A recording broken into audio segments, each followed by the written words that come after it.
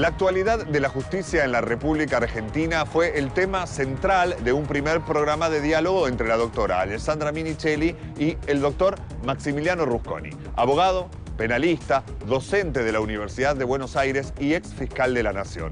Hoy vamos a continuar con este diálogo, pero conversando sobre casos puntuales y de absoluta actualidad, como el encarcelamiento de algunos exfuncionarios del anterior gobierno, la actuación de la justicia en casos como el de los cuadernos y el particular rol que juegan algunos medios de comunicación. Bienvenidos una vez más a 40 Minutos.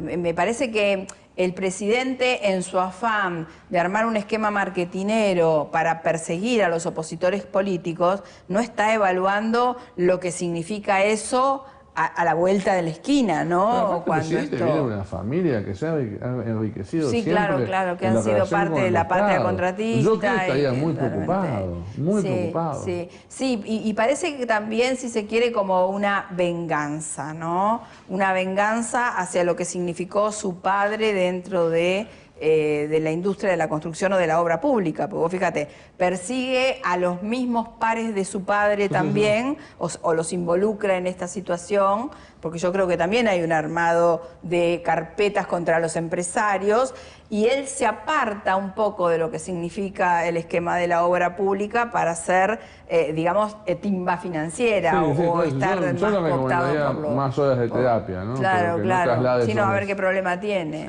Claro.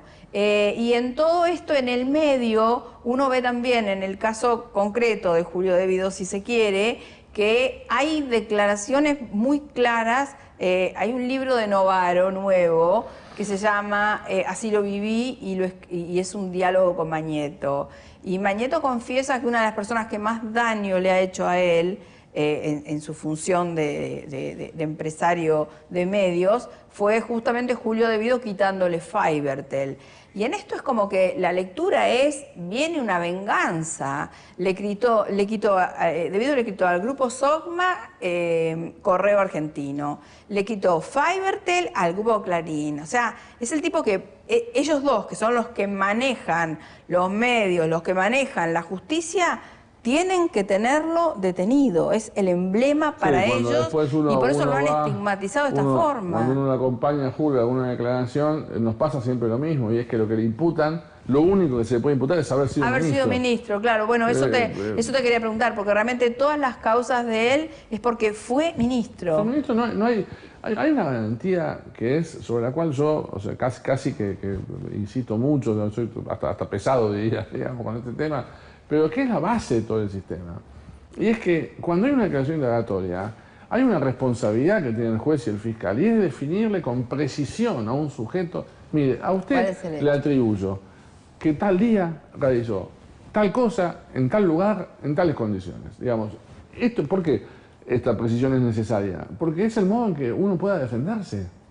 Digamos, uno como papá, seguramente, yo intenté hacerlo poco porque enseguida mi hijo se dio cuenta, digamos, pero uno como papá muchas veces, digamos, para hacerle a una broma o algo, cuando llega de trabajar le puede decir, digamos, al hijo chiquito, ya sé lo que hiciste. ¿Por qué hiciste eso? Así como vos enojado. Sí.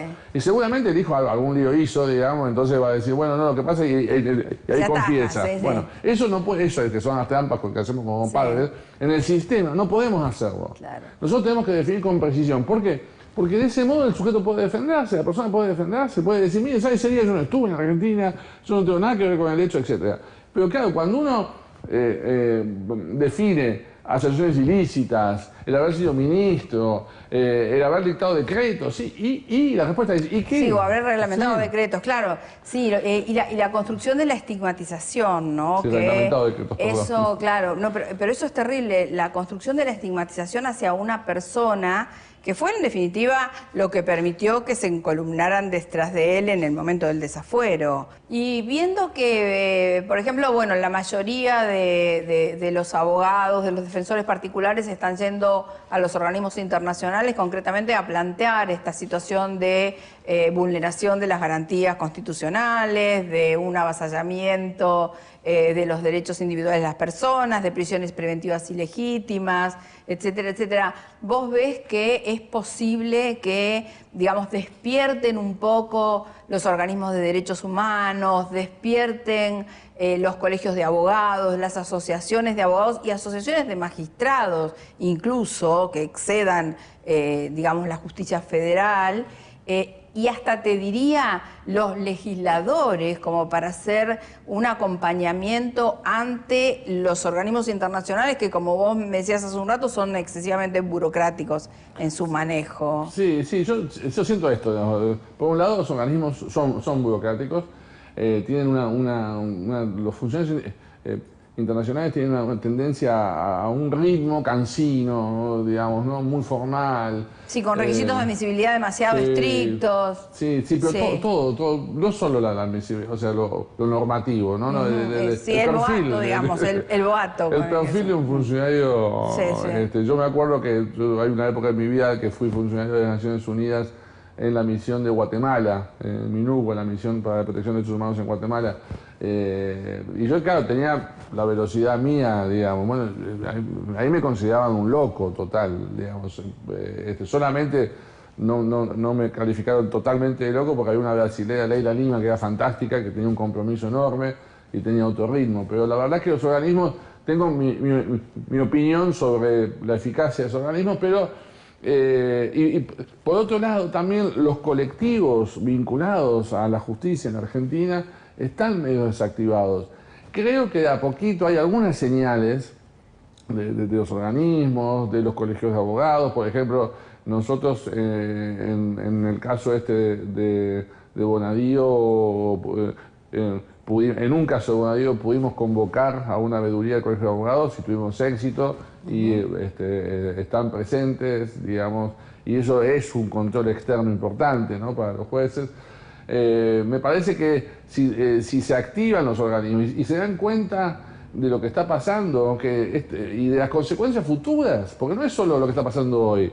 La preocupación es si esto se instala, si estos son los criterios con los que vamos a vivir en comunidad, si esta es la debilidad del principio de inocencia, el principio de legalidad, la independencia judicial, bueno, nos queda un infierno en el futuro. Pero no para nosotros, para nuestros hijos, nuestros nietos. O sea, estamos dejando un país espantoso.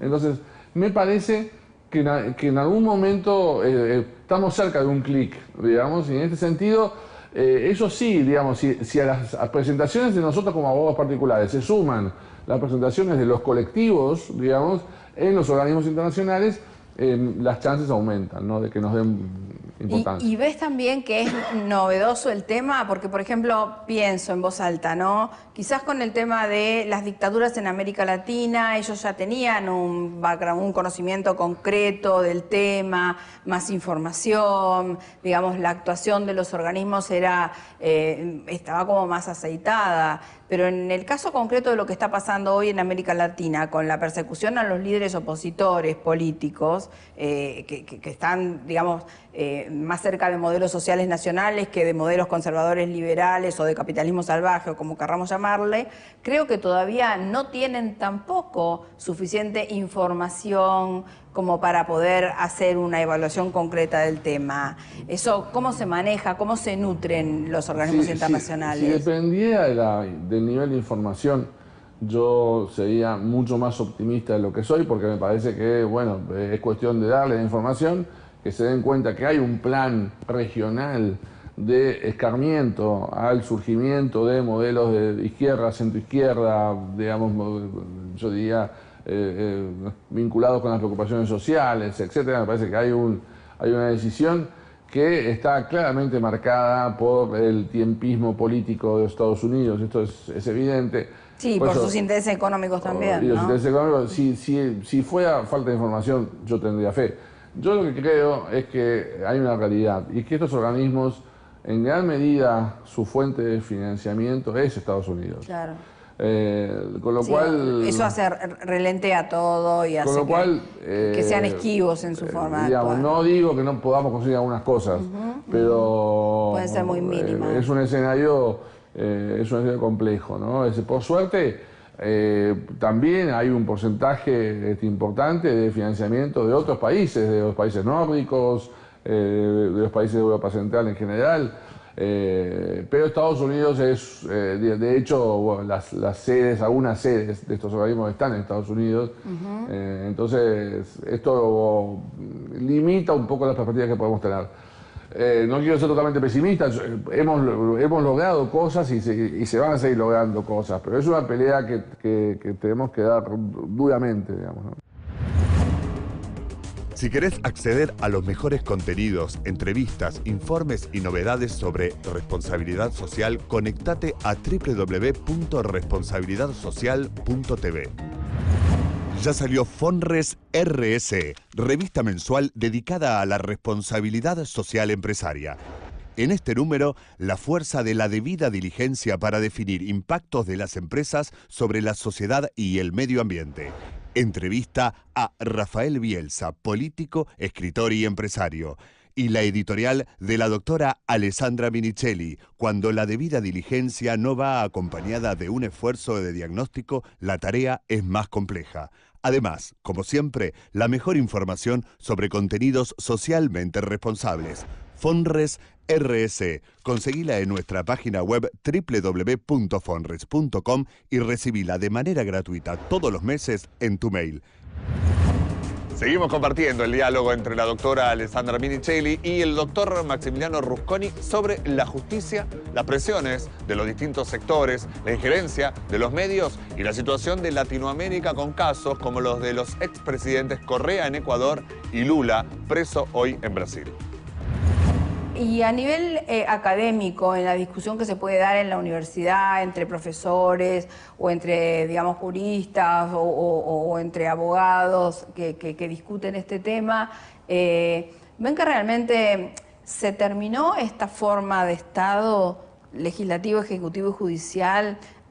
Quizás sea un planteo más filosófico que de la realidad, pero ¿se sostiene este equilibrio de poderes en el Estado o realmente esto está mostrando una decadencia y un fracaso y hay que buscar otras formas más novedosas, digamos, de acceso a la justicia o de obtener definiciones más claras en este tipo de conflictos? Es muy interesante la pregunta, digamos. Por un lado, yo te contestaría en relación con lo que yo siento que pasa en el sector que agrupa al derecho penal de la Universidad de Buenos Aires, por ejemplo, ¿no? O sea, yo, por ejemplo, que hoy el Departamento de Derecho Penal de la Universidad de Buenos Aires no se exprese de modo a los gritos, digamos, con estas violaciones, pues no estamos hablando de detalles, no estamos hablando de la interpretación de una norma, no, estamos hablando del ninguneo sistemático de las garantías más básicas. Entonces, por un lado, a mí me preocupa que la Universidad de Buenos Aires, que es el resabio del pensamiento crítico, republicano, más vinculado con el Estado de Derecho, no digo que no haya otras universidades que también lo tengan, pero bueno, la UBA es la UBA en principio, qué sé yo, es el lugar de la educación pública universitaria. Yo estoy muy desilusionado con la universidad como un lugar de observación de lo que pasa, digamos, en la sociedad, ¿no? Pero también, y esto tiene que ver con lo personal, a mí, es interesante decía la pregunta, porque a mí lo que me hizo pensar todo lo que está pasando es que la respuesta no es solo qué pasa con las garantías penales. Lo que está pasando hoy en día pone en tela de juicio los modelos de organización estatal, digamos, y político. Y me parece que yo sí siento que estoy errando el diagnóstico si creo que el problema es solo un problema de convencer a los jueces de que rigen garantías. Digamos, me parece que tenemos que... o sea, no podemos depender de que en el futuro la cosa va a ir bien porque no va a estar Bonadío. o no va a estar otro juez. O no va a estar Macri mandando a los jueces. O no va a estar Macri mandando a los jueces, o Garabano cometió justicia. Eso es una visión muy chiquitita, digamos. El problema es asegurarnos de que nunca más suceda esto, aunque estén ocupando sujetos que no son los que más nos gustan, pero que sepamos de que el sistema nos protege, digamos, ¿no? O sea, frente a sujetos que por una época política no nos gustan, bueno, pero tenemos lo mínimo lo tenemos asegurado, porque ese es nuestro sistema cultural, nuestro sistema de organización social. Claro. Y me parece que hay que trabajar también en esa línea, que es una línea quizá más de mediano plazo, pero ya no tan de mediano plazo. Me parece que empieza a ser urgente que pensemos en nuevos modelos de organización. Y a nivel latinoamericano, así como teniendo problemas comunes, porque está siendo también perseguido como opositor político Correa, está siendo perseguido o está preso Lula, digamos, los juristas regionalmente se están juntando, los que no han ido a estudiar a Estados Unidos, a tomar lecciones de cómo manejar la justicia, porque nosotros tenemos concretamente un embajador de Estados Unidos que vino a esto, ¿no? Vino a acomodar el tema de la justicia, a orientarnos, a enseñarnos, etcétera, etcétera. Pero a nivel, digamos, autóctono, reflexiones propias, con nuestras propias instituciones, los abogados se están juntando, están discutiendo estos temas. Mira, sucede algo que era previsible, y es que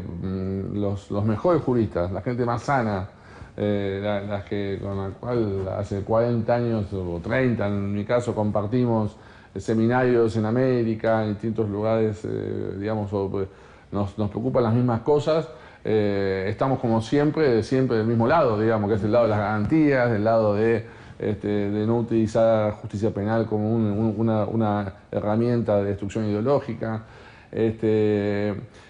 Con lo cual estamos de a poquito, se está generando diálogos como para, bueno, estamos claro en las urgencias, ¿no? Digamos, en Brasil, en Ecuador, estamos cada uno intentando tapar nuestro propio dique, ¿no? No, pero aparte ya la presión misma hacia el letrado o hacia el defensor de tener a tu defendido preso es una presión extra terrible. Pero es que además, a ver, es una presión. Hay diferentes mecanismos para que uno no se defienda de modo eficaz, ¿no? Uno de ellos es instalar 35 denuncias, ¿no? En donde el objeto procesal es el mismo siempre, digamos. Pero claro, uno tiene que ir a 8 juzgados, te ponen 15 indagatorias, 20 recursos. Entonces, claro, apuntan a un intento que vayas debilitando tu reacción, te canses. Bueno, yo mando el aviso que en el caso nuestro pues, soy incansable, así que bueno, van a tener que trabajar más todavía con eso. Pero, sí, no te habilitan conexidad objetiva, no. Pero sí después te mezclan los temas en las causas. Manipulan lo que sea, claro, digamos, claro. Y después tenés que bancarte juicios en donde a vos te imputan un pedacito, pero tenés que bancarte 7 meses de juicio donde se discute de otras cosas. Bueno, todo es un verdadero desastre. Digamos, los abogados tienen que soportar de que con algunos desastres, o sea, un lugar ejemplificador para saber lo que no hay que hacer, para dar clases acerca a los estudiantes, decir, mire, esto es lo que no se hace o no se debe hacer, es esta causa de los cuadernos, llamada de los cuadernos, ¿no? Es decir, en donde ves declaraciones grupales, por ejemplo, un imputado está escuchando lo que dice el otro y está pendiente de si se quiebra o llora o se pone mal o se angustia, entonces eso genera impacto en él. Bueno, eso es, digamos, el código se asegura con 1000 normas de que eso no suceda, pero en el juzgado de Bonadío, que debe regir otra ley, eso, y de muchos jueces, ¿no? Eso sucede de ese modo. Yo creo que a la larga va a haber un movimiento regional, así como en algún momento lo hubo por la utilización de la prisión preventiva, por la violación a los derechos humanos en la década del 70, digamos, en época de dictadura. Hoy está pasando que no hay una dictadura en términos, en la región, digamos, dictaduras, en términos tradicionales, en el sentido de la toma del poder por los sectores militares, pero hay una dictadura instalada, digamos, más elegante, con mejores telas en los trajes, o qué sé yo, pero instalada por la misma ideología que estaba detrás de los militares en la época de los años 60 o 70. En ese momento hubo una reacción intelectual, digamos, agrupamiento. Está pasando lo mismo en América Latina y yo tengo más fe a ese agrupamiento transversal, regional, que digamos, a lo que sucede en la Argentina. Digamos, yo creo que es posible que la cuestión venga de arriba hacia abajo más que de los lugares, digamos, de cada ciudad o cada país en particular. Así que yo creo que nada, es una pelea que va a ser muy dura. Hay que darla y, digamos, como decía, esto depende de nuestro futuro. ¿Qué país le dejamos a nuestros nietos? Y en las causas en las que concretamente estás actuando hoy, ¿estás viendo que se relentea llegar a la última instancia, digamos, de apelación?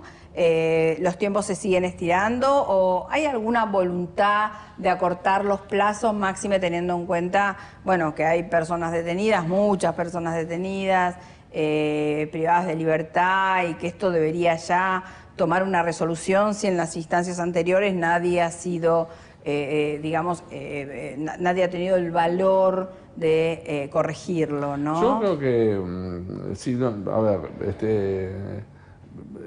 se viene más temprano que tarde intervenciones de importancia. Yo siento, olfateo que sí, se está llegando a un límite. Se está llegando a un límite. Ya me parece que ya algunos incluso de los protagonistas se sienten asqueados con lo que hacen. Yo creo que me parece que se acerca a un límite. Si el límite lo va a poner alguna sala de la Cámara de Casación o lo va a poner la Corte directamente, bueno, yo no... Esto es urgente restablecer el orden. Yo siento que no sé si algún optimismo mío está ganando a mi diagnóstico, pero creo que se viene un límite a esto. No hay que confundirse, ese límite no es la sanidad del sistema, no. Es solo un límite. Sí, no, es empezar a poner un orden. No hay que bajar la guardia. Claro, es empezar a poner un orden. Digamos, yo creo que los que están privados más de su libertad van a recuperar su libertad, pero no hay que bajar la guardia porque lo que han hecho nos deja una enseñanza hacia el futuro que digamos, con la cual vamos a tener que lidiar, ¿no? Sí, y lo ejemplificador que estás haciendo por ahí con lo que contás, ¿no? De darles el ejemplo de lo que no se hace a tus alumnos también me parece muy válido, ¿no? Porque a partir de ahí se puede construir. No, claro, sí. Digamos, yo hasta incluso lo hago en el estudio. Yo tengo un estudio con mucha gente joven, ¿no? Que bueno, digamos, los viernes hay que inflarlos a todos, pobrecitos, porque vienen... Claro, bueno, uno tiene la expectativa de creer en el derecho hasta los 40 mínimo, después ya empieza a pensar distinto. Yo creo que lo que nos toca a nosotros, digamos, si hay algo de valioso que tiene lo que podemos hacer, en este caso a mi edad, yo ya lo que conseguí ya lo conseguí, los que me quieren ya me van a seguir queriendo, los que no me quieren ya es tarde. No voy a conseguir más honores, los que tengo los tengo y los que no. Lo único que nos queda es formar gente. Eso sí, digamos, uno seguir formando gente, que es la tarea, porque es el ejército del Estado de Derecho. Hay que seguir acrecentando el ejército del Estado de Derecho. Está. Bueno, me parece que como mensaje final este es el mejor mensaje que nos podés dejar a todos, que podés dejar en el marco de la responsabilidad social, también en la justicia, que tampoco se ve tan claro, y bueno, y para las futuras generaciones. Así que te agradecemos muchísimo, Maxi, que hayas estado hoy en nuestro programa. Y bueno, seguramente te vamos a volver a convocar para que nos cuentes la segunda parte de la historia. La justicia mejoró, hubo un cambio. Déjame decirte que digamos, vos sos un gran ejemplo de lucha, digamos, así que seguimos también tus pasos. Gracias.